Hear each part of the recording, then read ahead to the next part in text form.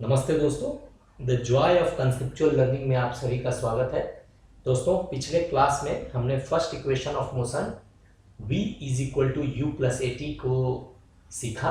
आज हम second equation of motion s is equal to U T plus half A T square को सीखेंगे, जहाँ पे s डिस्प्लेसमेंट है, u इनिशियल वेलोसिटी है, t टाइम है और a एक्सेलरेशन है।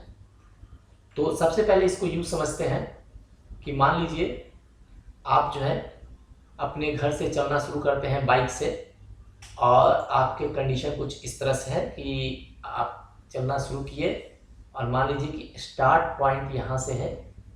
इस पॉइंट में आपकी वेलोसिटी थी u। उसके बाद आप चलते हुए एक पर्टिकुलर पॉइंट से सपोज यहाँ पहुँचे, उस समय आपकी वेलोसिटी है v। ओके, और इस पूरे प्रोसेस में मान लीजिए कि आपका एक्सेलरेशन a प्रोड्यूस होता है और टोटल टाइम t। तो इसी चीज को अगर हम ग्राफ पे दिखाएंगे तो कैसे दिखाएंगे, तो आइए देखते हैं। ग्राफ पे अगर हमें देखना है तो कैसे देखेंगे। सबसे पहले आप y एक्सिस पे लाइन खींचिए, उसके बाद x एक्सिस पे एक लाइन खींचिए, और अब मानिए कि आप यहाँ पे हैं जब आपका इनिशियल वेलोसिटी u है, जैसा कि हमने पिछली बार जो है सो डायग्राम में दिखाया था। अब यहाँ से पार्टिकल चलना शुरू करता है, धीरे धीरे चलते चलते चलते चलते पार्टिकल का वेलोसिटी से सपोज v हो जाता है। अब ये सिचुएशन से हमें जो है s is equal to U T plus half A T square को निकालना है। सबसे पहले हम नेमिंग कर देते हैं x और y एक्सिस का, जिससे कि कॉन्सेप्ट को समझने में आसानी हो और डेरिवेशन को समझने में आसानी हो। y को आप वेलोसिटी लिख दीजिए, x को टाइम पे डिनोट कर दीजिए, और इस पॉइंट पे आपका जो वेलोसिटी है वो आपका u है। यहाँ पे एकदम ठीक यहाँ पे पार्टिकल का वेलोसिटी u है, और इस पॉइंट पे पार्टिकल का वेलोसिटी है v। और इस जो प्रोसेस है, पूरे प्रोसेस में पार्टिकल में से सपोज a एक्सेलरेशन प्रोड्यूस हो रहा है। ये जो स्लोप है वो ही एक्सेलरेशन को हमेशा दिखाता है वेलोसिटी टाइम कर्व में। हमेशा याद रखिएगा कि वेलोसिटी टाइम कर्व का जो स्लोप होता है वो एक्सेलरेशन होता है। वो मैंने आपको पिछले ही क्लास में जो फर्स्ट इक्वेशन ऑफ मोशन है उसमें ड्राइव करके दिखाया था कि एक्सेलरेशन जो होता है change in velocity by time होता है। तो चेंज इन वेलोसिटी मीन्स आप y एक्सिस पे है वेलोसिटी और टाइम है x एक्सिस पे, तो वेलोसिटी बाय टाइम, और velocity by time means perpendicular by base, जो कि tan थीटा कहलाता है। तो tan theta that is called slope. So इसलिए ये स्लोप होता है हमेशा वेलोसिटी टाइम कर्व में, जो है स्लोप एक्सेलरेशन दिखलाता है। तो आइए अब डेरिवेशन शुरू करते हैं। डेरिवेशन करने के लिए सबसे पहले आप जो है इस पॉइंट से एक परपेंडिकुलर टाइम एक्सिस पर डालिए, और इस पॉइंट से एक परपेंडिकुलर इस पे डालिए। अब हम शुरू करते हैं। तो मान लीजिए ये है आपका A, ये पॉइंट है B, ये पॉइंट है C, ये है D, और यहाँ है E, और ये जो एंगल है वो है थीटा। अब simple displacement is equal to क्या होता है, वेलोसिटी इनटू टाइम, और ये वेलोसिटी जो होता है वो होता है average velocity. So displacement is equal to velocity into time, ये है कॉन्सेप्ट। अब इसी कॉन्सेप्ट को बनाएंगे, दैट मीन्स कि इस ग्राफ में वेलोसिटी ये है इस एक्सिस पे, और टाइम है आपका x एक्सिस पे, वेलोसिटी जो है y एक्सिस पे। तो अगर वेलोसिटी इंटू टाइम करेंगे तो हमारा डिस्प्लेसमेंट मिल जाएगा। तो इस पूरे प्रोसेस में यहां से चलता है पार्टिकल और यहां तक पहुंचता है, तो इस पूरे प्रोसेस में पार्टिकल जो है इतना एरिया बाउंड करता है, यहां से लेकर इस प्रोसेस तक का पूरा एरिया बाउंड करता है। दैट मीन्स कि area of A B C E and D, ये पूरा एरिया बाउंड करता है। और एरिया ही जो है सो वेलोसिटी टाइम कर्व में जो है सो आपका डिस्प्लेसमेंट देता है, क्योंकि displacement is equal to velocity into time. तो वेलोसिटी इनटू टाइम ही आपका जो है, इसमें एक रेक्टेंगल बनेगा और एक ट्रायंगल बनेगा। इसका एरिया अगर हम निकाल लेंगे ट्रायंगल का और रेक्टेंगल का, तो आपका डिस्प्लेसमेंट मिल जाएगा। तो आइए देखते हैं डेरिवेशन। सो रेक्टेंगल का एरिया ऑफ, नंबर 1 कर देते हैं, area of rectangle is equal to, ये है आपका, अब आप देखिए कि ये जो पोर्शन है ए डी, ये है आपका यू, क्योंकि इसी पॉइंट से पार्टिकल इनिशियल वेलोसिटी एक्वायर करता है, इसलिए ए डी हो जाएगा आपका यू। और जो है सो यहाँ पे ये ए बी जो हो जाएगा वो सपोज टाइम टी है। तो इस केस में एरिया ऑफ रेक्टेंगल जो हो जाएगा वो आपका हो जाएगा यू टी। सो यहाँ पे आएगा यू और T. So this is equal to area of rectangle U T. दूसरा एरिया क्या होगा, ट्रायंगल का एरिया। तो ट्रायंगल एरिया निकालेंगे, क्योंकि एरिया ऑफ रेक्टेंगल और एरिया ऑफ ट्रायंगल यही दो मिलकर जो है आपका टोटल एरिया को कवर कर रहे हैं। और यही तक पार्टिकल जो है इस पॉइंट से लेकर, पार्टिकल इस पॉइंट से लेकर यहां तक जाता है, इसमें जितना एरिया स्वीप होता है वही आपका डिस्प्लेसमेंट देगा, ये एरिया पूरा। सो ये एरिया देखिए कैसे हम लोग निकालेंगे। सो एरिया ऑफ रेक्टेंगल निकालिए। अब एरिया ऑफ ट्रायंगल हम लोग निकालेंगे, कितना है, सिंपल। एरिया ऑफ ट्रायंगल जो है, राइट एंगल ट्रायंगल है, ये है आपका V और ये इनिशियल वेलोसिटी U। और इस ट्रायंगल में हम देख रहे हैं, इस ट्रायंगल में एरिया होगा हाफ और इनटू बेस, बेस यहां देखिए CD है और CD नथिंग बट टाइम को इंडिकेट करता है। तो half into base, half into T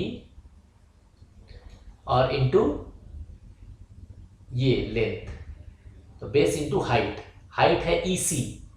अब EC हम कैसे निकालेंगे, EC निकालने के लिए बिल्कुल आसान है, हमें AD पता है जो कि U है, ये जो है यहां से यहां तक AD आपका U है, यहां से यहां तक U और यहां से यहां तक V। तो पूरा पोर्शन है V और ये है U। तो अगर हम पूरे में से, इस पूरे में से ये घटा देंगे तो ये निकल जाएगा। तो इसका मतलब है कि यहां से यहां तक V और ये पोर्शन U, तो ये भी पोर्शन U हो जाएगा, ऐसे भी समझ सकते हैं। तो ये पूरा V और ये पोर्शन U, तो ये पोर्शन हो जाएगा V माइनस U। तो दैट मीन्स कि आपका जो हाइट होगा वो होगा V माइनस U। तो अब आइए सॉल्व करते हैं इक्वेशन को, टोटल। सो टोटल डिस्प्लेसमेंट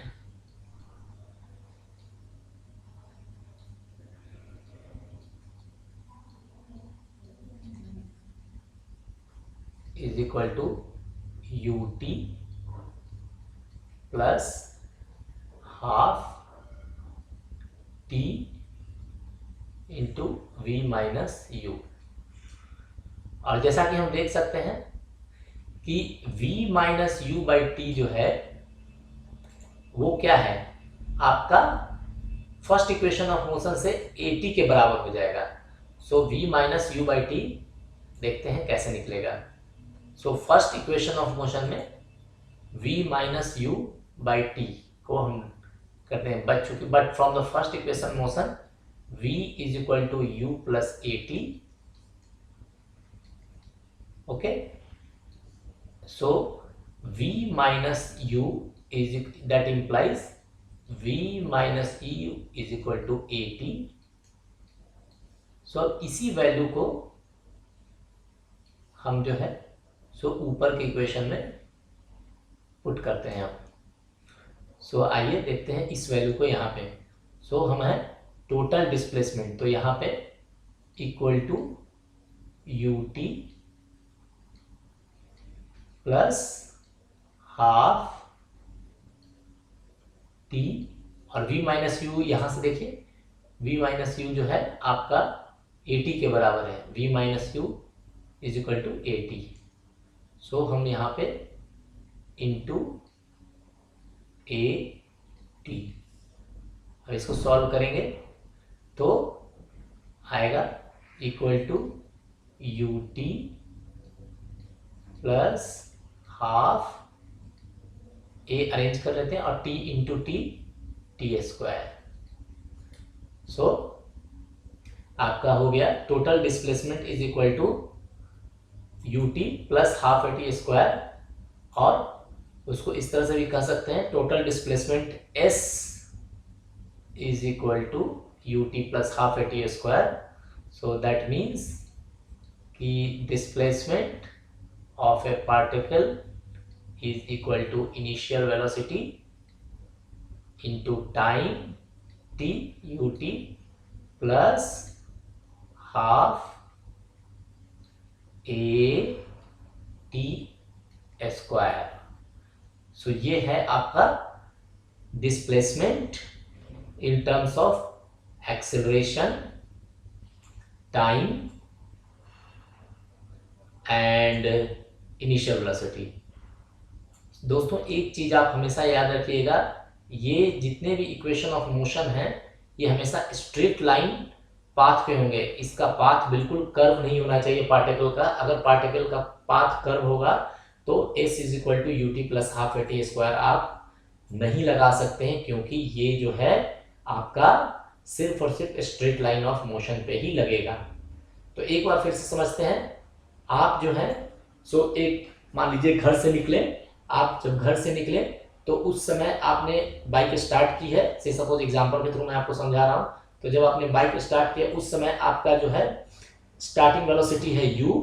अब आप घर से चलना शुरू किए और उसके बाद बाइक में आपने एक्सेलरेशन दिया, बाइक और तेजी से चलने लगा। धीरे धीरे एक्सेलरेशन होने के कारण पार्टिकल का जो है फाइनल वेलोसिटी जो है सो मान लीजिए v हो जाता है। और इस पूरे प्रोसेस में हमें निकालना है कि पार्टिकल ने कितना डिस्प्लेसमेंट कवर किया। तो उसका सिंपल सा है, डिस्प्लेसमेंट का जो कॉन्सेप्ट होता है s is equal to velocity, that is average velocity into total time. So velocity into time, that means कि अगर ये वेलोसिटी और टाइम कर्व है तो वेलोसिटी और टाइम क्या है, जस्ट लाइक एरिया है इस रेक्टेंगल का, वेलोसिटी इनटू टाइम।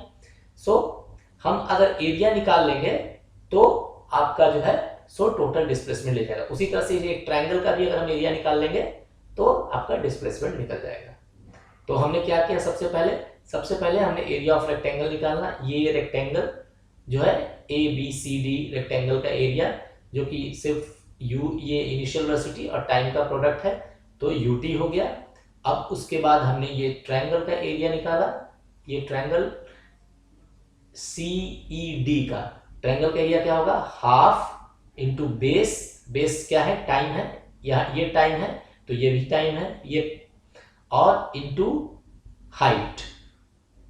तो हाइट जो है सो आप ऐसे निकालिएगा, ये पोर्शन जो है आपका इनिशियल वेलोसिटी u को इंडिकेट कर रहा है, और यहां से यहां तक जो है सो v है। तो ये अगर u है तो ये भी u हो गया, और टोटल v है। तो टोटल में से अगर ये पोर्शन हम घटा देंगे तो मेरा ये पोर्शन जो है हाइट निकल जाएगा। तो ये यहां से यहां तक v और यहां से यहां तक u। So v minus u, that means कि आपका परपेंडिकुलर दैट इज EC निकल जाएगा। So v minus u। तो अब टोटल डिस्प्लेसमेंट जो है वो हो गया यहां से ut, इसका रेक्टेंगल का एरिया, और प्लस ट्रायंगल का area half t into v minus u। अब इसी इक्वेशन को रीअरेंज करते हुए हम आगे बढ़ते हैं।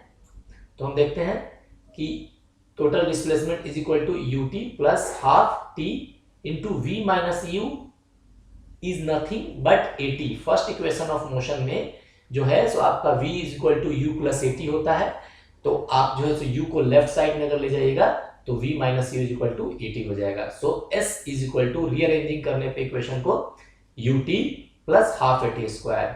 सो ये कॉन्सेप्ट है इक्वेशन ऑफ मोशन, जो कि सेकेंड इक्वेशन ऑफ मोशन है। सो दोस्तों, अगर इसमें कहीं भी आपको कोई डाउट है तो कमेंट सेक्शन में जरूर लिखें और हमसे जरूर पूछें कि ये डाउट है, और इसको जो है सो हम क्लियर करने की कोशिश करेंगे।